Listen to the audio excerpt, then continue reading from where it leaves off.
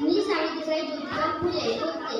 माझ्या मनातील भावनानेच होते. स्त्रीच आहे या अखिल विश्वासाची शान, सर्वांनीच राखावा तिचा मान.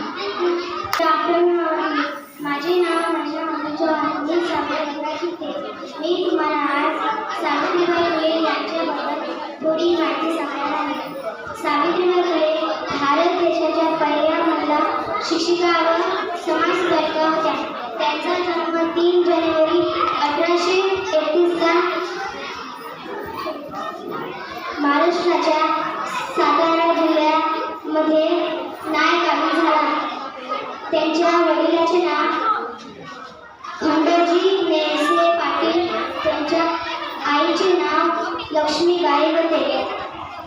सावित्रीबाई फुलेचा विवाह वयाच्या 9व्या वर्षी ज्योतिबा फुले यांच्याशी झाला होता.